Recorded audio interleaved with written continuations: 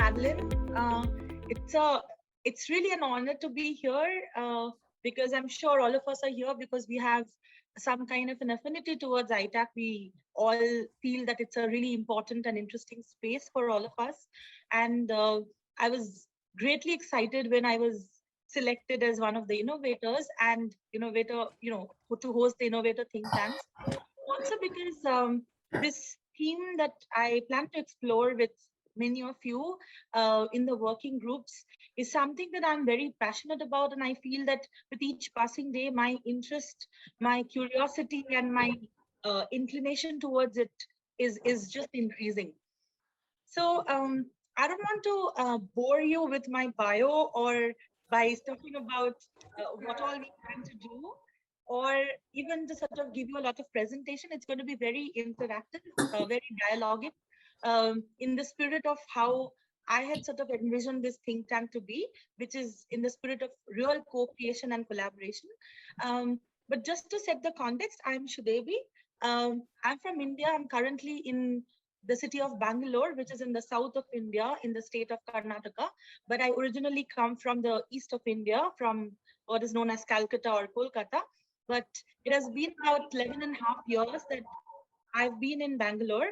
Um, and I shifted to Bangalore with my job at Srishti Manipal Institute of Art Design and Technology, which is where I have been teaching.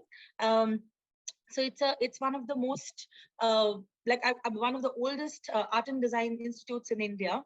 But I also have my own practice beyond teaching and beyond being a designer and artist. About 5 years ago, I started DAP Center, which is our design collective, with my partner, my husband, and the co-founder Probal. And today I'm going to be supported by Ritu. Um, Ritu is my student at Srishti. She's a student of industrial arts and design practices, but she's currently sitting in Oman. Because of the pandemic, all of us have been dispersed. Classes have been happening online, but good news is that she's coming back in about a week's time to India, and hopefully we may not have a third wave, who knows. But Ritu has been also an intern at Depi Center, and she has been greatly interested in the ideas of futures and foresight, and particularly in the context of creative and cultural economy. So that's about who we are. What I plan to do today is to sort of give a few provocations which can enable all of us to share our own perspectives, our own perceptions around the notion of future. Um, so the way in which we got started with the idea of future consciousness or future literacy or fluency was a few years back as a part of our Depi Center's work. We do a lot of work around art and social action or design and social action or impact. Many organizations within India who work in impact spaces, and it really doesn't matter what is the topic or the theme that they're working on, they were talking a lot about upskilling or future skilling and how it's important. And I'm talking about a pre-pandemic time. And a couple of organizations had approached us to work with them in designing and delivering some kind of a future skills curriculum come framework for them, which would help a lot of young people, because they were realizing that these people have their degrees in different disciplines and domains. But when they were going into having their own practices, or they were working in different spaces and fields, they were realizing that they were not quite equipped to work, either to work on their own or to work with other people. That's how we got started. And when we started looking at it, we realized that there is this very interesting gap or dichotomy. One end of the spectrum of this future's skills or literacy or competency was a lot of group of people who are so-called experts, right? They're either policymakers or decision makers or people who talk about larger trends, that this is what is needed, but they kind of did not have much understanding of the realities uh, of what's really happening. They were talking about what is important. Whereas when we started talking to a lot of people who in their everyday life experience gaps and challenges, they have their own struggles and confusion, we realized that many of them have their own struggles and challenges, but they are not quite aware of what is it to be ready for the future or to be, future conscious? When we realize that these two gaps are there, through many, like I would say 2 to 3 years of our work, we came up with a very open-ended framework, which can almost accommodate anything. So we called it what might, what is, and what if. What that means is that what might is basically all these predictions, speculations, even foresight related ideas around future where people are talking about what might happen. Uh, what is the part where people are talking about the realities of how far we are from the future, or the future has arrived, as many people are talking about. And what if is this like interweaving element which interweaves what is with what might. So what if is really about possibilities, and that's what we like to call this. Okay. um, with that in mind, what we'll be doing is we'll be breaking out into different groups today with different prompts and provocations. We'll be talking and using Miro as a conversation tool. And in a bit, I'm going to share that with you. I'm hoping that some of you, if not all of you, are a little well versed with Miro. It's not very difficult to use, but if you have any difficulty in accessing or using it, you could ask someone in your group or even one of us to help you in adding things on Miro by adding things on the chat. Okay. Um, so we will go into the breakout rooms, discuss things, put things up on Miro, come back to the main room, which is the plenary, talk about things, and again have another prompt and go over there. And like this, we're going to build upon a shared kind of an understanding of where we are, what our perceptions about futures are, what do we feel are the needs and all of that. And towards the end of these 2 hours, we're going to have a little bit of a discussion around what is the direction that we'll be taking. That's really about it. I'm first going to show you the Miro board that we'll be using, and then we'll share the Miro link on the chat. Let me open Miro for you.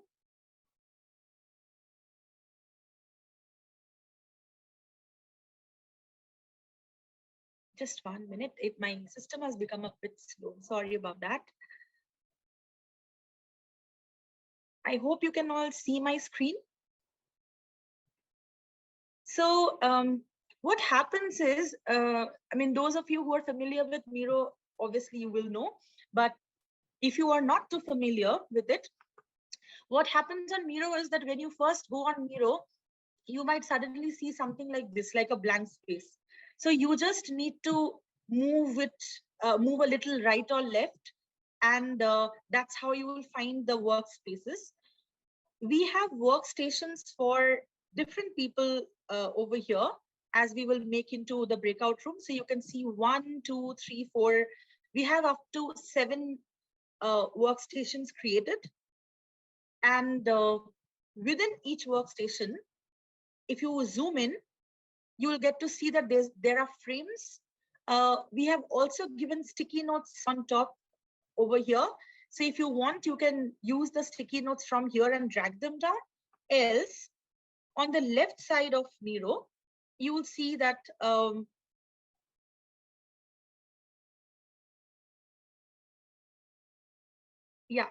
this icon is a sticky note icon. So if you click on a sticky note, Miro will give you choices to use different colors. So if you want to use this color, you can just click on it and add wherever you want the sticky note to be. And you can always zoom in and zoom out of it, and you can write whatever you want to write. And within this, you have possibilities of, using different kinds of sizes for sticky notes. So that's how we'll be using the Miro board.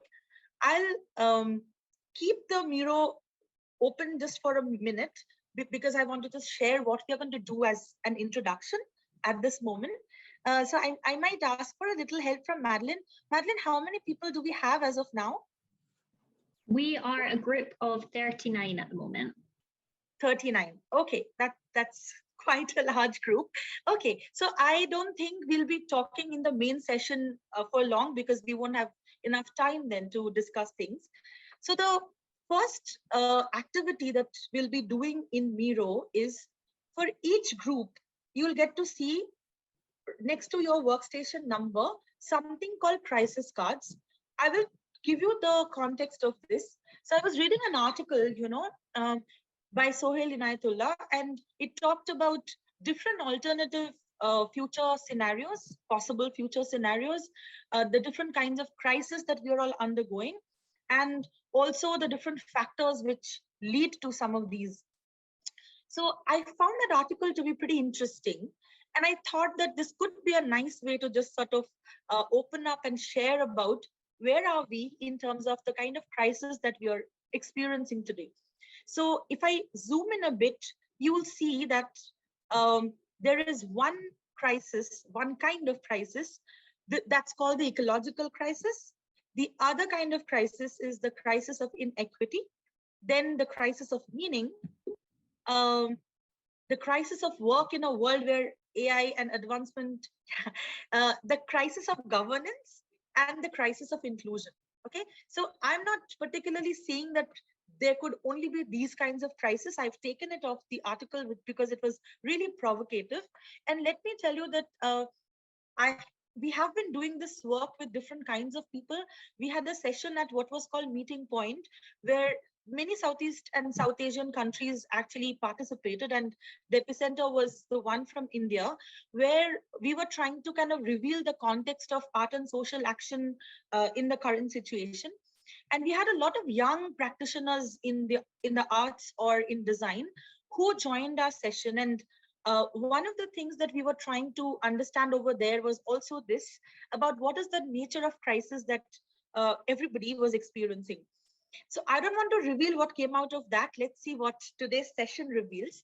So when we go into the breakout room, my request would be that in your breakout room, you can take a few minutes to first read these cards in the crisis card section. And whichever crisis, and it can be more than one, you feel you really experience either at an individual or personal level or at a professional level, just add your name over there. And I would like you to discuss in the group, why do you think that, or why do you feel that this is the nature of crisis that is really, really impacting or affecting you and your work? So that's one of the tasks that you need to do in that session. And the next thing is, I'm very sure all of you stumble upon this term VUCA, VUCA, all the time these days, especially since the pandemic has hit us. Everybody's talking about the VUCA nature of the world, the volatile, uncertain, complex, and ambiguous. And there is yet another similar kind of framework, which is called TUNA. And that actually is similar to VUCA, but instead of volatile, they say turbulent, and instead of complex, they say novel. But uncertainty and ambiguity are also there, right? So along with the nature of crisis that you discuss in your breakout rooms, could you also kind of share what do you think for you in your own practice, as teaching artists or practitioners who engage with people and the world? What does this even mean? What does VUCA and TUNA mean for you in a very real way, and not really in a theoretical way? So what we would do is just stick to this part for the moment, and we will spend about 15 minutes in the breakout rooms to discuss the nature of crisis and to discuss the nature of VUCA and TUNA. I sincerely request that you do not just talk, but please add sticky notes. And if nothing, please add on the chat, because as a part of the think tank, we are also trying to, gather these perspectives, which would be very, very useful for us. So 15 minutes to do this, and we come back to the main room to have a very quick discussion around it before we move on to the next provocation. So I'm stopping to share, and I'll also share the Miro. Yeah, the Miro link has already been shared. Thank you, Ritu. But hoping that some discussions might have happened, and I'm hoping that it's also kind of documented on Miro. Shall we say, because we have 7 groups or 7 breakout rooms, we give about 2 minutes to each of the breakout rooms. And you do not have to go one by one and talk, but just to kind of give a synopsis of what was the nature of conversation, or what is it that you found? First, with respect to the nature of crisis, and secondly, the exploration of the notion of VUCA or tuna. So may I request Ritu to maybe share your Miro and also use the timer, please? Thank you, Ritu. So Ritu is going to use a timer so that we can all stick to 2 minutes. And after one group, we will go into the other group and we can have a quick exercise followed by this again. Okay, so if we invite group 1, could you share anyone from your group, just the nature of conversation in about 2 minutes time? So off to you, team 1.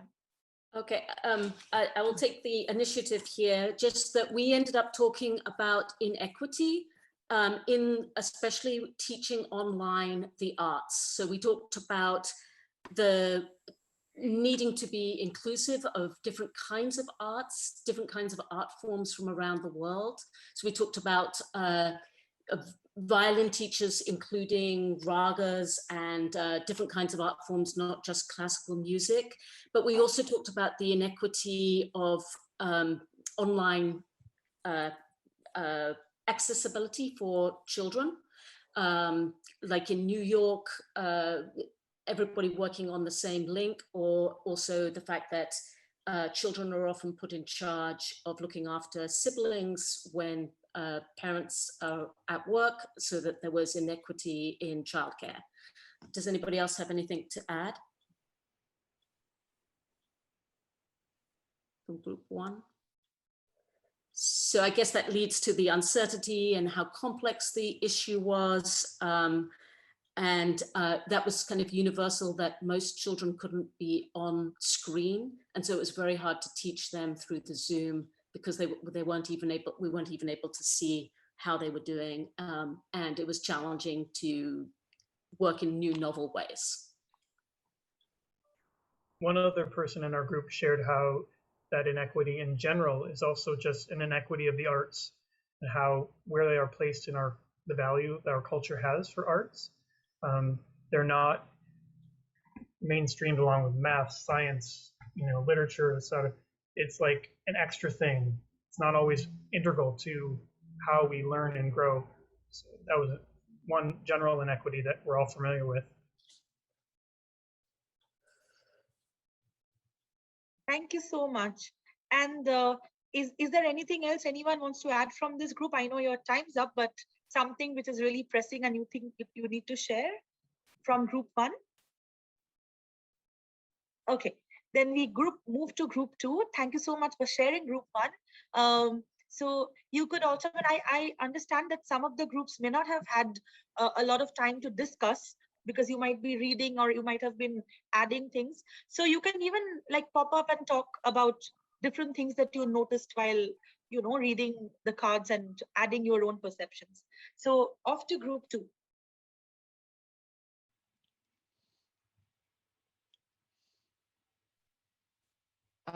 I think I'm group 2 with the others group, so please join in and talk.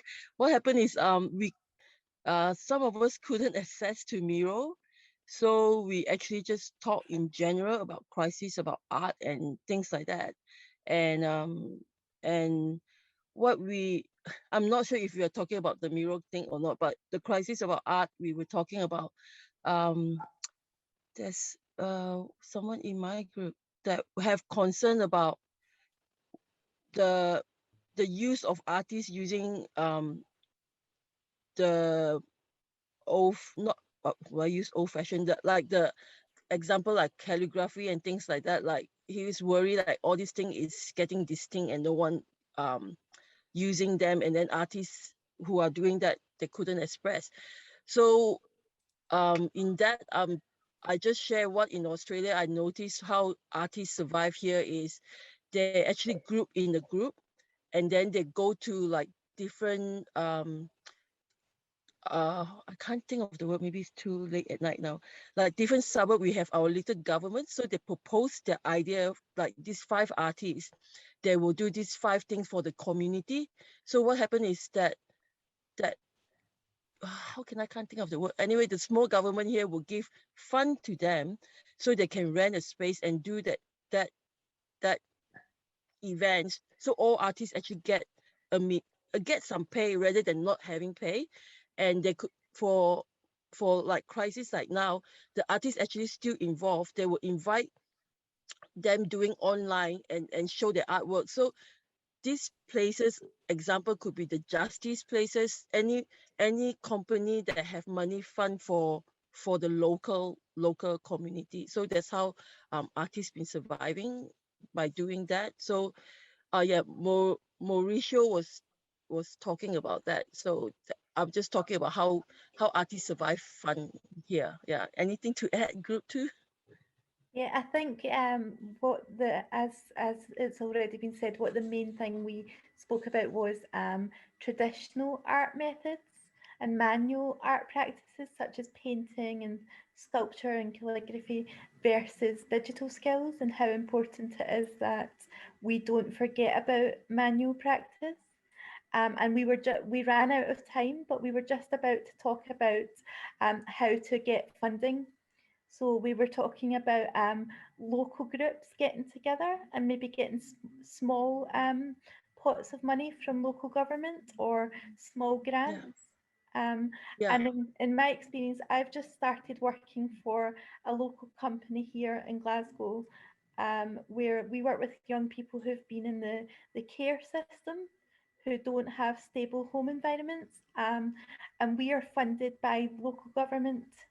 So we get small amounts of money from local government, and it would be good to talk more about how to successfully get funding and how to continue getting funded in the arts.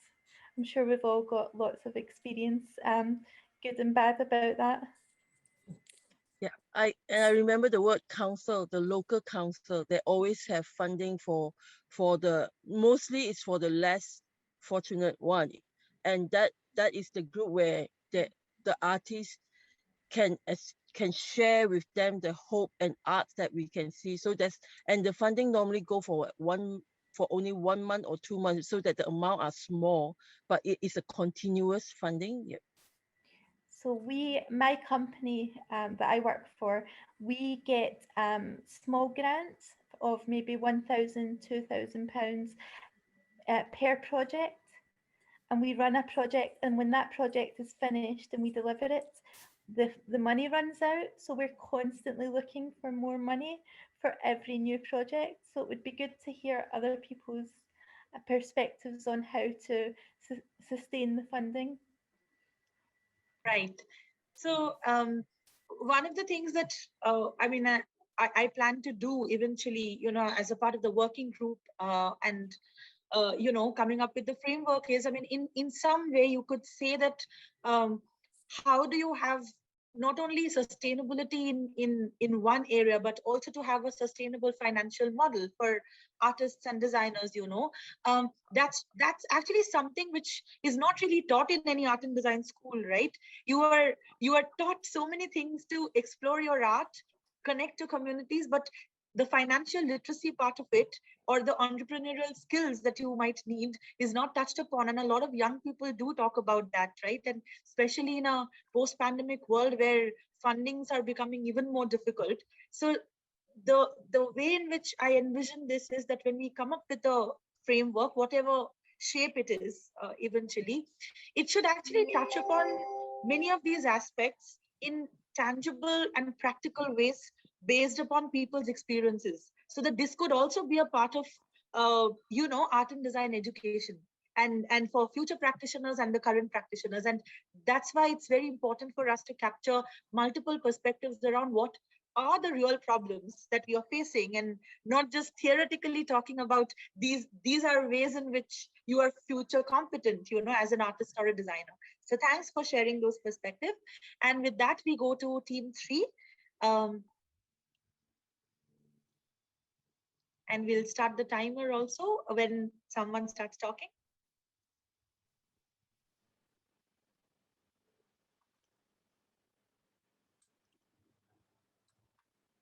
We had a lovely group of people that were sharing their experiences in different places, including Brazil, Florida, Kenya, and in China.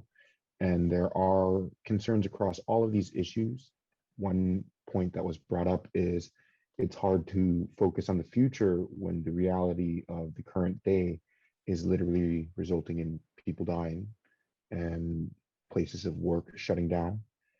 And another person in our group was speaking about the inequity or how difficult it is to place value on any single one of these crises because they're happening concurrently.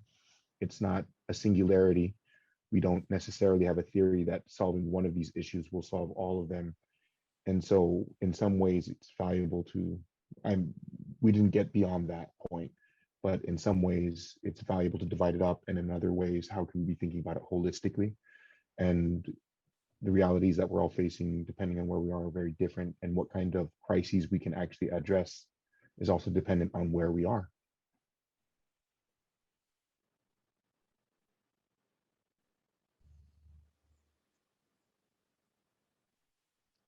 And could you have any conversation around the idea of the volatile, uncertain, complex, and ambiguous world?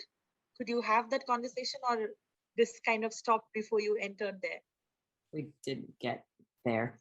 No problem. We will continue with the same breakout rooms, and you will get more opportunities to talk about many of these in the next sets of exercises.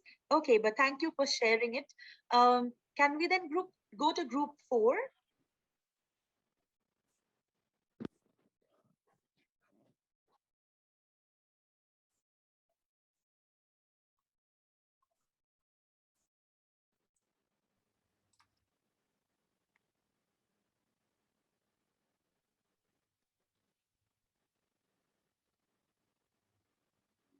Anyone from group 4 who would like to start?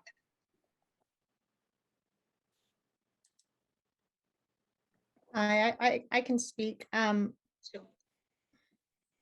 As was mentioned in the chat earlier by Jeff, we spent a lot of time discussing the app and our lack of ability to, I don't think any one of us had actually ever used this app. So we didn't really get into discussion. We had just started placing our names, and a couple of us spoke to why we chose to put our names on, very briefly about why we chose to put our names on these crises. Like some others have said, there was a little bit of talk about all of these crises being connected and hard to choose just one. And I think we only got to that. We didn't have a lot of time to share.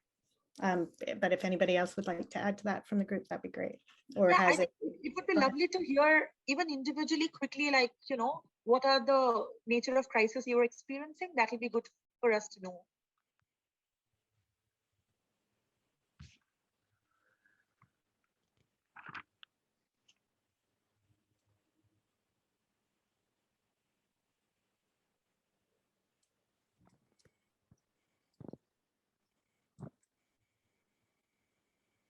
Okay, maybe we'll go to group 5. If we can come back later, if group 4 later on wants to share something, we can hear that.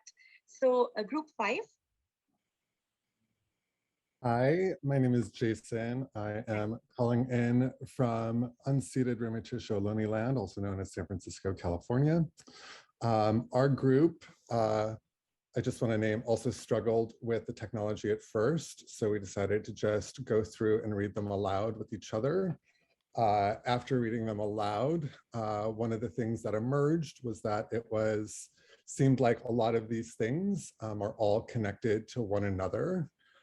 We also shared a little bit more about individual contexts within our work, supporting our own communities, whether those communities be Black, Indigenous, poor, or disabled.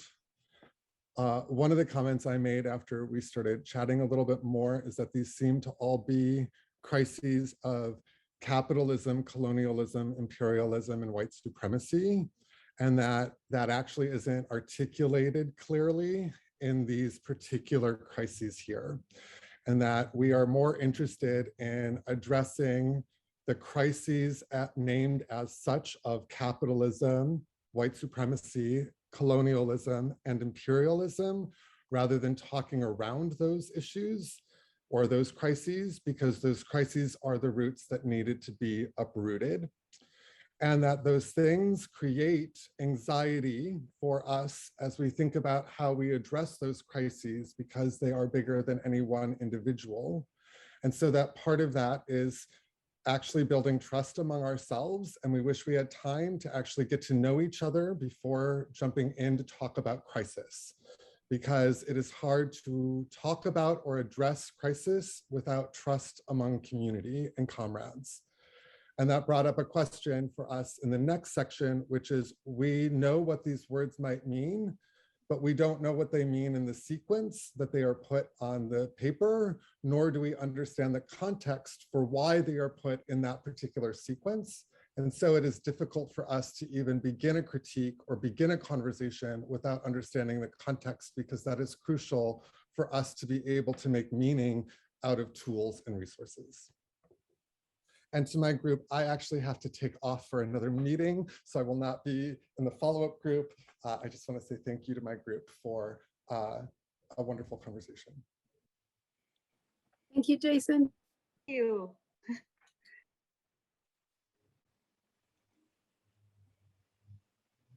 Okay, so anybody else who would like to add anything to this group? Otherwise, we'll move to group 6.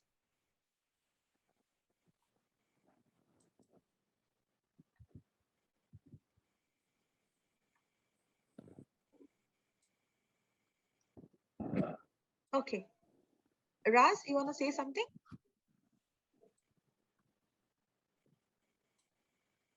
Oh no, there was just a pop-up. Okay, so let's go to group 6 then.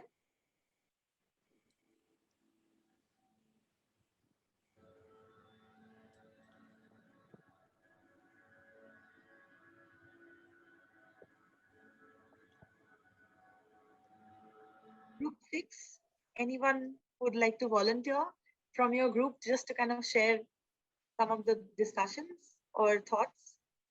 Hi, I was actually in group 6, but my name popped up on group 1.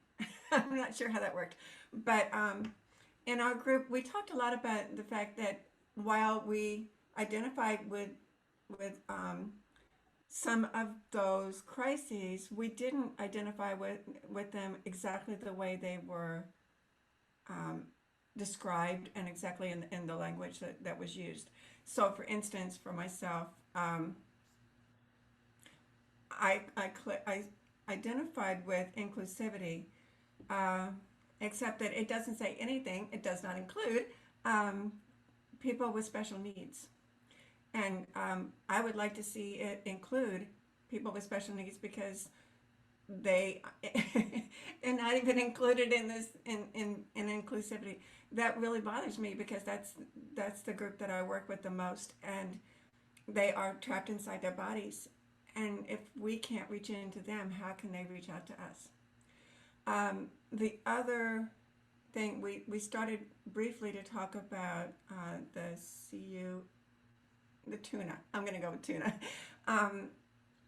And what they reminded me of, those terms reminded me immediately of the Lincoln Center's capacities for creative learning, and how it talks about how the arts can actually address and help children acquire these capacities, these exact capacities. So that's about as far as we got with that discussion. If anybody else in the group would like to add, I'm sure I was not very articulate about any of that.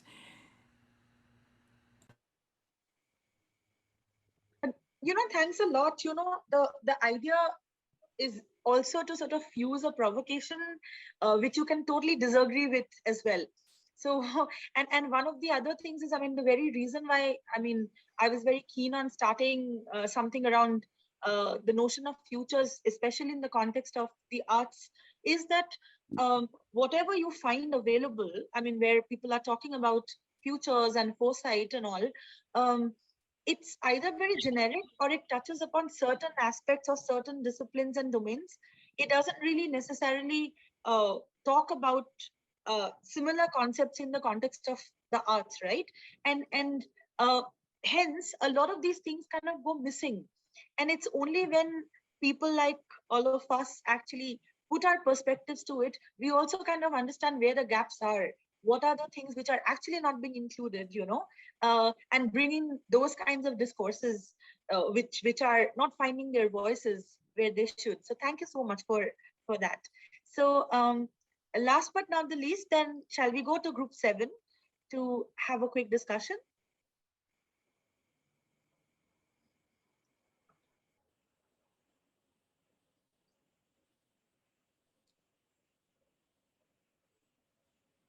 Hi, everyone. I can say briefly what we discussed in group 7.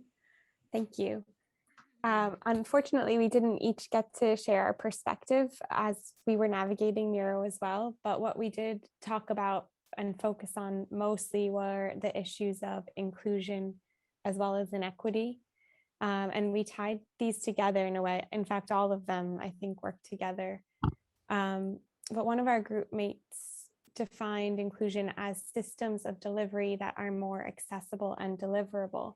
And we kind of spoke about how within aiming to be inclusive within work, it's kind of, and maybe you can interject as well, a mountain that you're constantly climbing as you're creating the work. And it is a challenge. And then we also talked about capitalism and in terms of the crisis of inequity and how inequity automatically excludes people. So in that way, it works together with inclusion. And these are things that are being faced a lot in the US at the moment. We were thinking about Chicago specifically in one sense, but we're all placed around the world and have agreed that these are the important topics we're facing at the moment. Does anyone want to join in?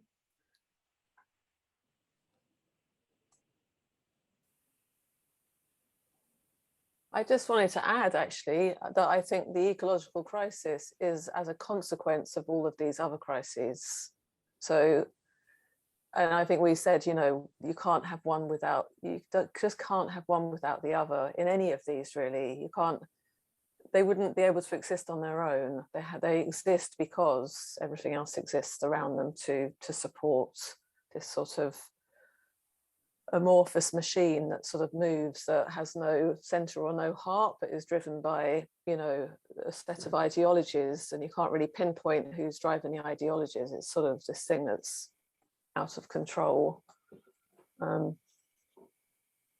was just a thought I had just then, actually. Thank you so much again for sharing those perspectives. What we'll now do is we'll go back to the breakout rooms and go into the next set of conversations, and hopefully you'll find more time to talk to each other. And please reach out to us in the main room if you think you're having trouble as a group to access Miro. Otherwise, even if you have one member in your group who can access Miro, he or she can share the screen and you can talk and put things on chat, and then that can be captured, because this is really important for us to know and somewhere capture, considering the limitations of online modalities, but also the fact that we would have not been together today had it not been online, right? So it has its own, pros and cons. So Ritu, you can, maybe because you're already sharing the screen, could I request you to go to the future skills, the second one? Yes, that's the one. If you can just go closer to this. Okay, so this is again a provocation, and I'll set the context for it. You might have seen that, every few years or every year in a way, the World Economic Forum comes out with a lot of these future of job kind of report, right? And it tries to encompass all kinds of domains and disciplines and all of that. And there was something which was the top 10 future skills that World Economic Forum had spoken about 2015. And then they had their own prediction around what the top 10 future skills might be for 2020. And back in 2019, when we did not even think about the pandemic, we did some work. In fact, with almost 200 to 300 people in India, but they were from a diverse range of disciplines and domains, you know. So they were people who were directors, people who were CEOs, people who work in NGOs, people who work in fields and many other ways. They're engaged with some or the other form of work. And while talking to them, when we had shared what the World Economic Forum talks about, that these are skills necessary for the future, what were their thoughts or their perceptions about it? Do they agree or disagree? And, you know, things like that. So there was a lot of both secondary and primary kind of research that we had done, through which, and interestingly, we didn't do this with the arts or design, you know, the cultural economy so much. It was other kinds of economy, but not so much about this. And these were the 20 that in the pre-pandemic time, out of all the findings, we kind of curated and collated, and we found these were the top 20 according to all of these different kinds of people across gender and geography. Now, coming from my own background, as you know, from an art and design kind of perspective, when I look at these, I can absolutely say that even in the pre-pandemic times, there might be certain things which are not included in this, and there might be certain things which may not be so relevant, right? And after the pandemic, obviously there are further changes which have happened. So the provocation currently is going to be that this board actually talks about from A to T, different kinds of future skills which people have been talking about in terms of trends, which are really important. Ritu, if you may just move to the right. You may or may not look at this. If you want to, you can. These are definitions, loose definitions that we have found from different sources, where this is how it's kind of defined. When people say critical thinking, what do they sort of mean? Again, you can totally disagree with it, or you can agree partially or agree fully, up to you, right? What we would do is that if you go to the left, Ritu, yes, if further left, please. Yeah. Yes. So group 1 and 2, the conversation that I would really want you or like you to have is, if you take these ones and say that in your kind of context, you know, in the context of teaching artistry, what would you think are central to our kind of practices? And I do understand that this is also not one kind of practice. There are so many. So the ones which are closer to future skills here, which is K, L, E, F, J, I, H, and G, should be ones that you decide in your group. These are really core. These are essential skills for the future.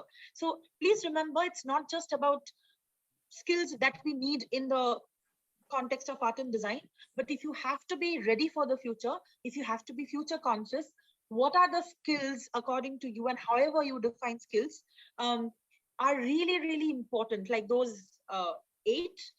Then the S, T, M, N, R, Q, P, O, those boxes are where there are skills which are really important, but they might be slightly peripheral. They may not be central to the work.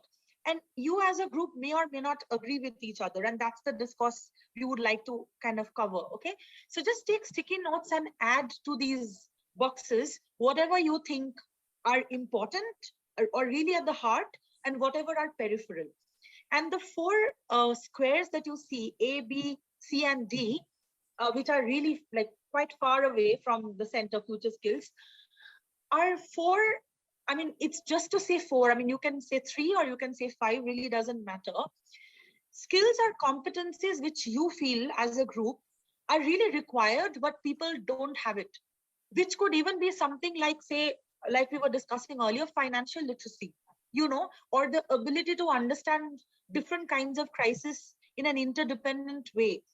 You know, that could be something that people might not sort of understand, which can be the root of many problems. So you are basically writing things which are really essential, but you feel as practitioners that there are gaps in those. So the far away bigger squares are basically spaces for that. So I request breakout room 1 and 2 to do this exercise. Is Whereas is that exercise for group 1 and 2, is that written out somewhere just in case we get lost while we're in the discussion? I will put it in the chat. Thank you so much. Absolutely, yes. And Ritu, if you can move to the right, please. And go to the shifts. Yes, this one. Thank you. No. Yeah, yes, absolutely. So group 3 and 4, I would like you to discuss. So this is again a similar kind of a thing, but what I would want you to focus on in your discussion is that there definitely have been certain changes in the pre and the post-COVID times, right? So what, according to you in the group, the area of overlap which you can see between the pre and the post-COVID times are skills or competencies or abilities of teaching artists or designers in general, which have remained constant. You think that has not changed, and things which have shifted.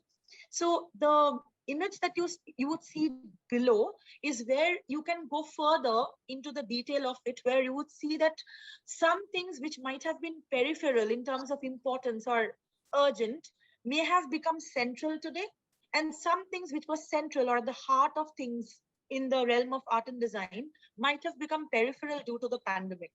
So you can draw upon some of those future skills provocations which I have given from general discussions around future skills, but as I said, that's quite incomplete in this context. So feel free to add, modify, change, whatever.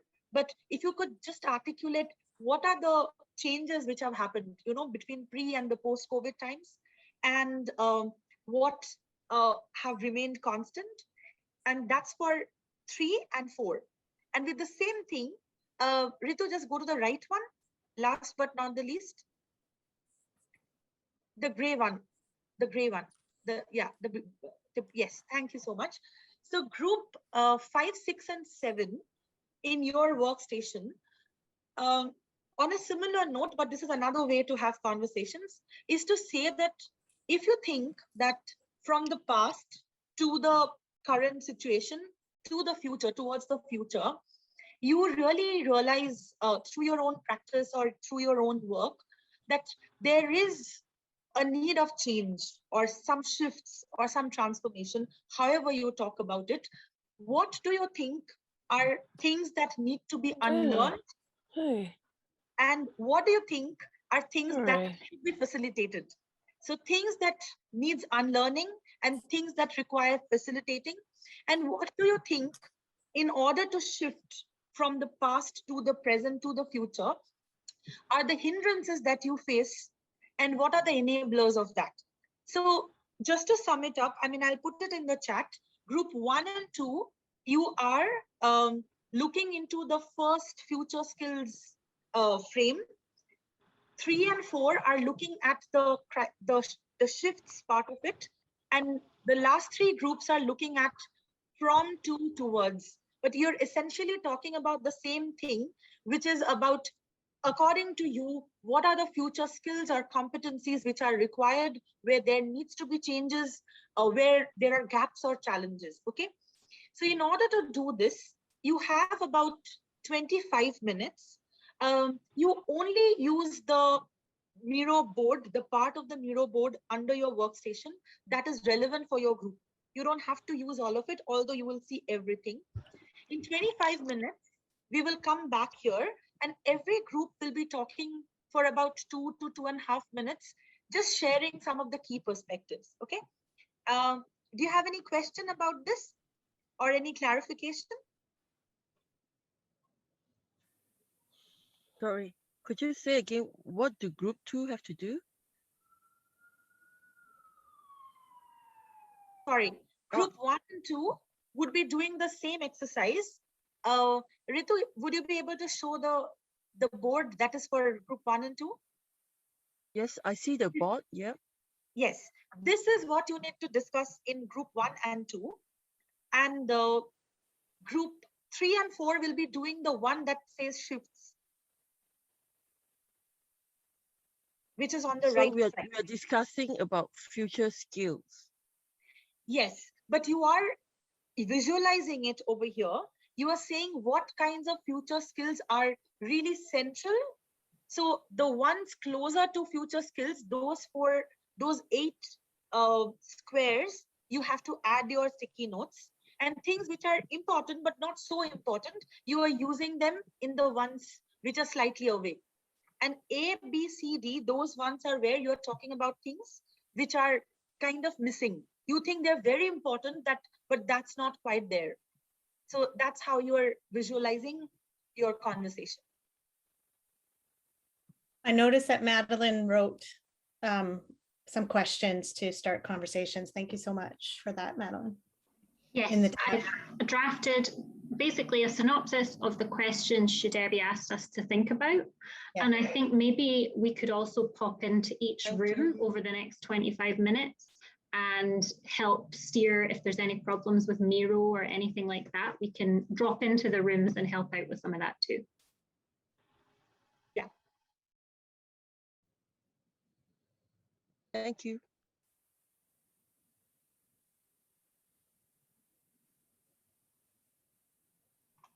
Okay, Debbie, shall I open these breakout rooms for everyone? Yes, absolutely. Okay, if anyone is unassigned or can't get back into their rooms for any reason, just let me know and I will manually assign you, but you should all be getting invited in now. Hello everyone, welcome back. I'm sure you've all had a really interesting conversation and many of you might feel that the conversation is not even completed. That's what happens all the time, right? Whenever we are in a group and we start having conversations, nothing seems to be enough. So I'm aware of that, but we are also aware of the limitations of remote ways of connecting with people. And I'm very sure if we had it for 4 hours, most people wouldn't have turned up. So I think that there are 2 things about this. One is that we are interested in not only having a working group who will be working on this together, really in the spirit of co-creation, but also, I mean, we do understand that some of you might want to join the working group and some of you may not for different reasons, but the fact that today you all are here definitely tells us that you have an interest in this theme or in this inquiry, as I would put it. And I would hope that all of you would be interested and also generous like today you have been. If we wanted to get any perspective from you and we write to you or reach out to you, it'll be very nice to hear back from you, somewhere around this, because it's such a relevant topic and yet kind of unexplored. So we need different kinds of perspectives, different kinds of discourses and arguments and everything. Before we get into the sharing, because once we get into that, we know that, some groups might take a slightly longer time, some might take a slightly less amount of time. I think I'll quickly touch upon some of the important aspects so that we don't forget about it towards the end. Madeline would put a Google form in the chat. That is for any of you who are interested in being a part of the working group, so you can actually fill it up. It's a very simple form. It won't take more than possibly 2 minutes or 3 minutes of your time so we would really love to hear back from you and have you in the working group. Now, your question could be, what does the working group even mean in this context?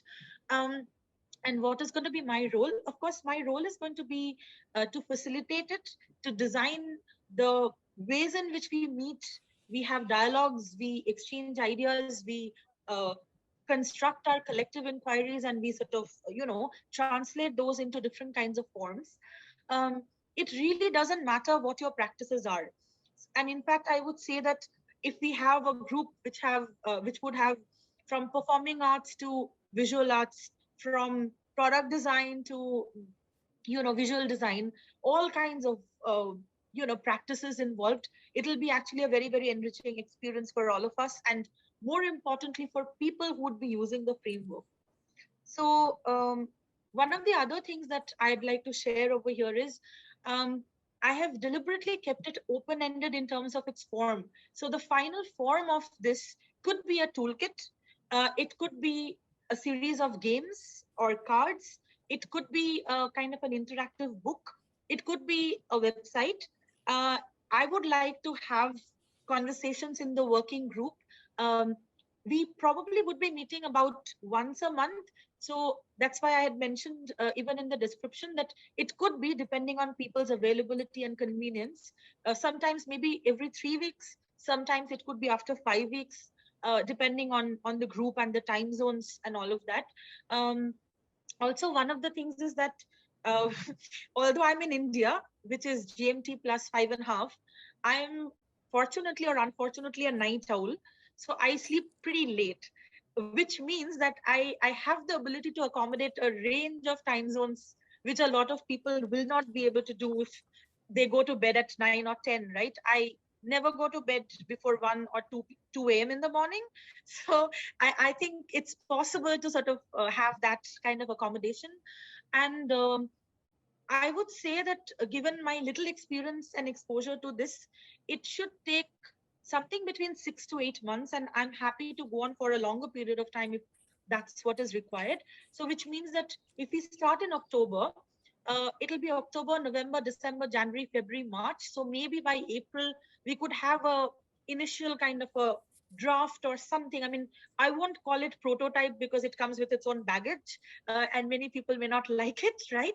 So something, some sort of a first version of it, which we could actually pilot through another maybe ITAC meeting or another gathering. And if it takes about 8 months, then it'll go all the way up to May. And then by the suggestions and recommendations that we get from different people, we can actually further work on it, iterate, refine it, and then it'll be, taken forward.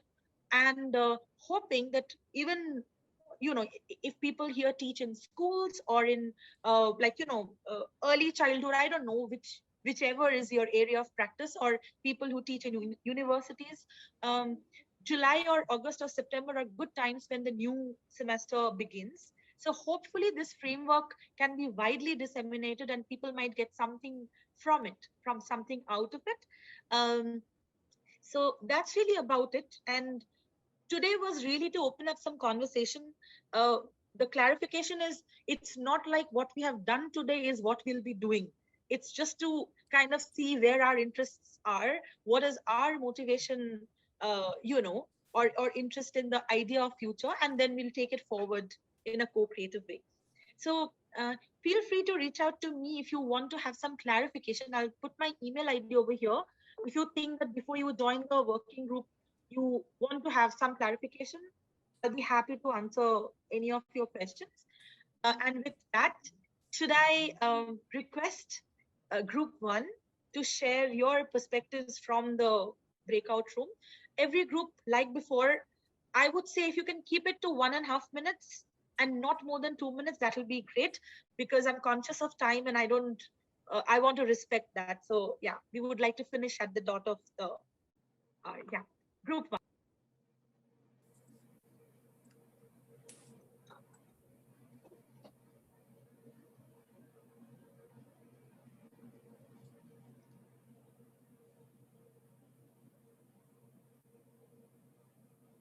Does anyone in group 1 want to speak about it quickly?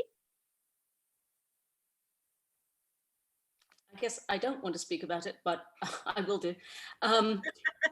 We did actually manage to think about each of the definitions and read them and get some clarity about what we thought. And we came up, I think, with an interesting idea about how focus, because everybody is so distracted, of using focus and mindfulness, teaching, maybe yoga or meditation, is something that is not being done, but that could be really, really helpful. And, we were just working through the different kinds of ideas and deciding whether they did fit in to this inner core. So that's what we were looking at. So I think it's like self-evident. I don't know if there's anything anybody else wanted to add, but I thought it was a really great group and I wanted to thank everybody. It was lovely meeting them. That's amazing. Thank you so much. And again, I mean, as we can see, even from this, there's a lot to unpack from it. And then hopefully if some of your team members join the working group, we would be able to hear some of the perspectives like in detail. So yeah, thank you so much for that. Could we go to group 2 then?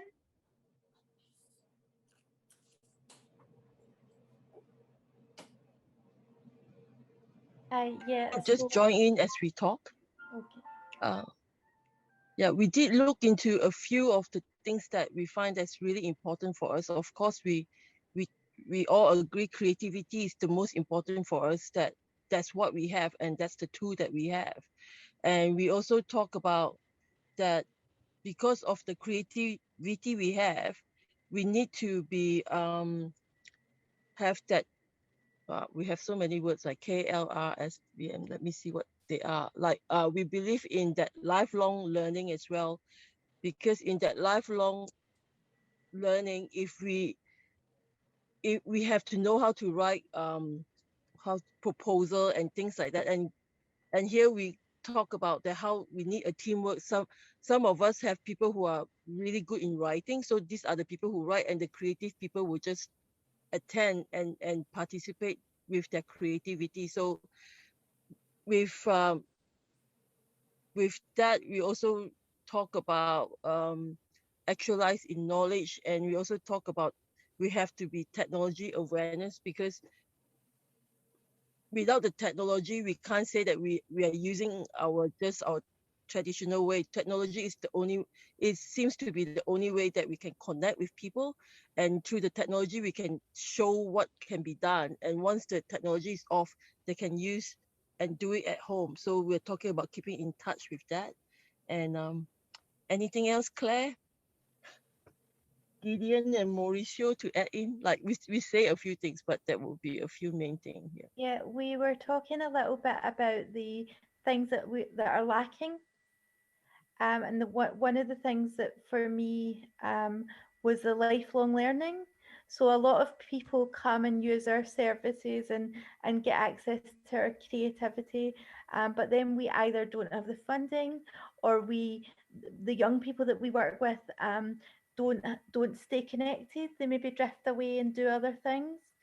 And we for me, it's really important that we give them skills that they can build on, and we create a supportive hub where they can come back to us. Even if they drift away for 6 months or 1 year, they can come back and learn new skills and build on the skills that we have already given them. So that's really lacking for me, and I think we're really working on creating a community so that we can keep building on our own skills and keep building on the skills of the young people that we work with. Thank you. And should we go to the next group, please? Group 3.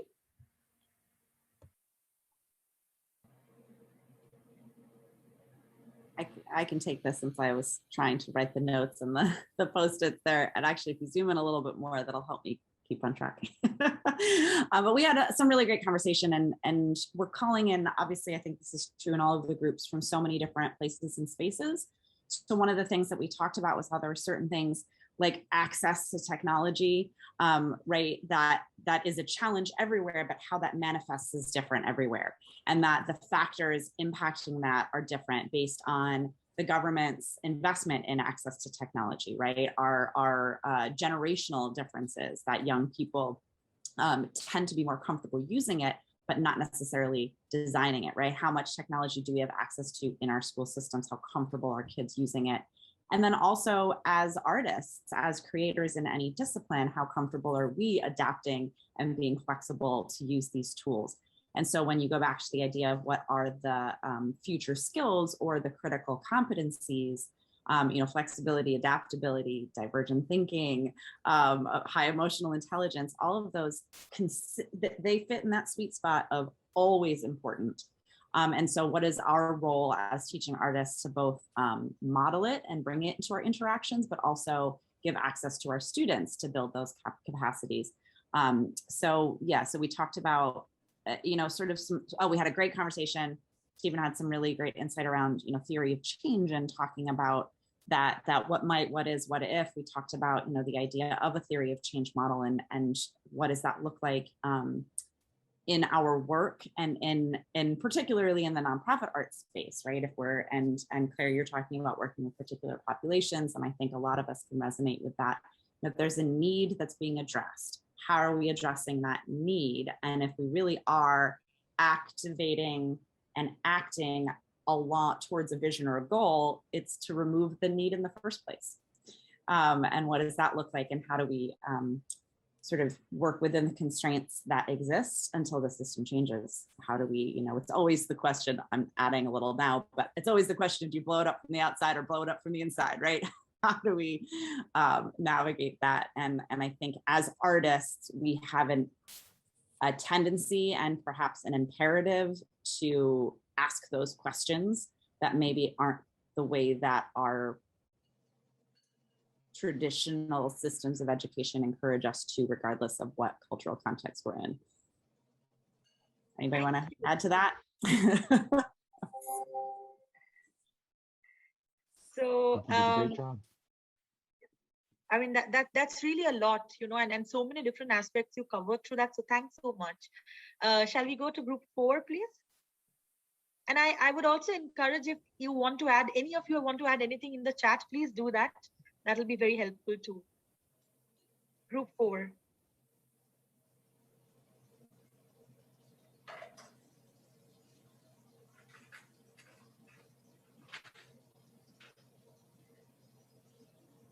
Someone from group 4?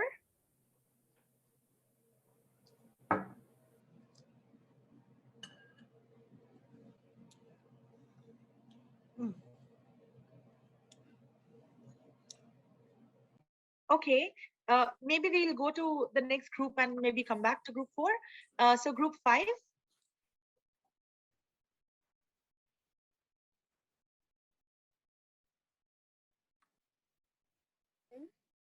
So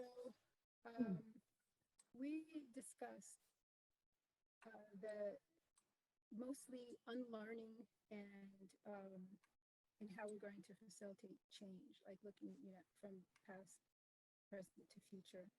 And I would also, I'm going to keep this short so that members of group 5 can chime in. But this idea of just accepting the walls of limitation that are already existing within young people is something that we need to really focus on unlearning. But we have to understand, where that came from. So when we're thinking about like the past, what made it possible for this mindset to even exist in the first place? What are we going to do in terms of infusing the present moment with the ingredients needed to create the future, right? So as teaching artists, our ability to do that just is inherent in our practices, in our processes. So teaching the students or the participants exactly what artists do. That we just as actually I didn't get the name of the person who spoke before. I just wanted to chime in on that as well.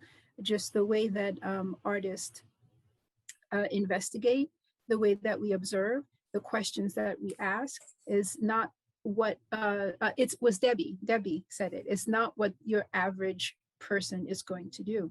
And so teaching young people the process that we use in order to understand what's actually happening. So in terms of facilitation, we talked also about speaking very plainly, and that goes back to what Jason said, keeping it very plain, calling a thing a thing. When we talk about the system, we can't just leave it there. We can't just tell young people, okay, well, it's because we're dealing, with systematic racism, because we're dealing with white supremacy, because we're dealing with, these systems that these things are happening. But then we don't give them the power and the tools, to dismantle that within themselves. So this is intentional. When you have a system that is creating situations that are basically for the demise, you know, of these communities, or for the control of these communities. Young people need to understand that this mindset that you have, this idea that there's no more for you than this little bit right here, that you're limited to just this little bit, is purposeful. This is warfare. This is mental, emotional terror. And you need to understand that. And as a sovereign, and the system knows that you're a sovereign, which is why this is happening to you. So when you become the sovereign, when you identify with who you really are, and then you go into the artist within yourself and using these practices, you're going to dismantle that thing and understand where it's coming from. And then you infuse into your future, into the present moment, the things that you need, your understanding of yourself, your appreciation and love of yourself, you know, asking for what you need in order to create, you know, the future. So within the process of, you know, art, music, dance, whatever it is, the past would be, in terms of facilitation too, would look like going to our ancestors, looking at what they've already left behind for us, right? Using those in the present moment to have the discussions about what's actually happening right now, and then create the potential of the future by, as a young person, being the powerful entity that is starting this conversation with, you know, the rest of the world, you know, but starting within your power, just owning that. So I'm just going to leave it there and ask the rest of the group, because I think that I left a few things out. Yeah, thank you so much for that. Maybe I'll request you to put it in the chat, and we'll go to the next group, simply for the you know, lack of time. But it's so powerfully said, you know, the last couple of groups, it's really, really powerful and so much to unpack. Can we go to the next group, which is group 6, please? Yeah, so we were talking about moving from the regular in-person classroom to like the hybrid classroom. And when you do that, how can you democratize it for all the participants, so that everyone that's present and everyone that's virtual can share like an equal environment? And then we talked about when we train as artists, we often leave our training with all the skills we need for the art form, but without the skills and competencies that we need to function as artists in society. So developing the business and like advocacy skills that we need ourselves to be teaching artists is something that we kind of maybe need to look towards, how we get to that point before we kind of come out to the big wide world in the future. I don't know if anyone else has got any other things from our group to add. Thanks again. It was very succinct and, you know, yet very powerful. Anyone else who would like to add from there? Otherwise, we'll go to the next group. Okay, so group 7. Hi, I'll speak for group 7 again. We spoke mostly about the skills that teaching artists would have to develop rather than the students we're working with or the participants we're working with. And we were talking a lot about how the relationship between teachers and artists, and your relationship as an artist and being a teacher, and dismantling the power that comes within, like considering one person an expert over another. So we really talked about the skills of building relationships being very important for the sustainability of our field to continue within schools, and also acknowledging artists' pedagogical background and teachers' artistic background as well. So enabling teachers and building confidence. So power was one of the hindrances that we spoke about. Collaboration is really key in our work, as well as communication, and the ability for teaching artists to be transdisciplinary, not in that they need to be experts in physics and art or music or whatever, but that they can think differently about a certain subject and bring their own perspective to help teachers and students or participants think differently as well.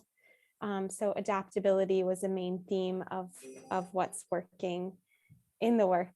But I think we didn't really say what we were going from to, but we had a really meaningful conversation. And I thank Group 7 for the meeting and all the time differences for that conversation. Well, thank you so much. And it's kind of interesting to see that although all the groups were doing different ways of talking about things, there are certain resonances, certain things which are overlapping. That's really good to know. So could I request Group 4, which had a lot of points but did not speak, if you quickly want to, if anyone would like to quickly summarize what you spoke about, Group 4, please. Maybe I can talk about it. I was quiet the whole session, so I stayed. Yes, thank you so much. So we started with talking about the shifts that we've had like in this whole pandemic, and we were talking about how there is more of a focus on technology and how that has pushed us to have a sort of global thought and a bigger picture thinking, even though we're doing a lot of local work. And due to this, like technology being like a big part of our day-to-day lives and learning environments, how other people in the homes have sort of become a part of the learning process and what it has done to them. So many of them have taken the interest in the whole art learning process space and have started to hone their own interests. Then we talked about how collaboration is working out on this online medium, where, you know, iteration, having people make their own agreements and sort of coming to terms with it as they go about it has been helpful. Then there was also some talk about how the evaluation of what is important has changed, and how, you know, a while back people were sort of focused on, you know, technology, teaching coding, computers and all of that. And now like the workshop being hands-on and all of that is coming back into the picture, but with a different pedagogy and like the different forms that it's taking. Sorry. Then we also went through a few of the silver linings of having this sort of like mix of technology and whatever, like how people are sort of, how art and culture is valued and what people's perceptions are. And I think we spoke about a few of the barriers to this kind of a system, mostly about power and funding and stuff that I think a lot of people have spoken about. So I'll end at that. Thank you so much. I really would like to thank everyone, and maybe Ritu, you can stop sharing. And thank you for your generosity in sharing. Thank you for opening up so many doors for all of us, and also to stay back and conscious of time. I know we are running a little late, 7 more minutes we have spent. So thanks for that. And I hope that many of you join the working group and continue to support this inquiry, because I can't wait to see where it goes with all your kinds of perspectives from so many parts of the world. So Madeline, do you want to share anything? Thank you. No, I will just reiterate exactly what you said. Thank you everyone for joining. Thank you for hanging with us for 8 minutes more than we said we would keep you. Thank you, Sridebi and Ritu, for keeping us on track and helping us, leading us through this session. I would encourage as many of you as are curious or slightly inclined to sign up for the working group. It's going to be co-creation and it's going to be designed based on who's in the room. So please join, help shape it. It's a total experiment for us and for ITAC, and I really hope that you'll join us in seeing what happens and creating something that can be of value to the wider field. Thank you so much. Join us every single month for more discussions like this, and I will see you very soon, I hope. Thank you, everyone.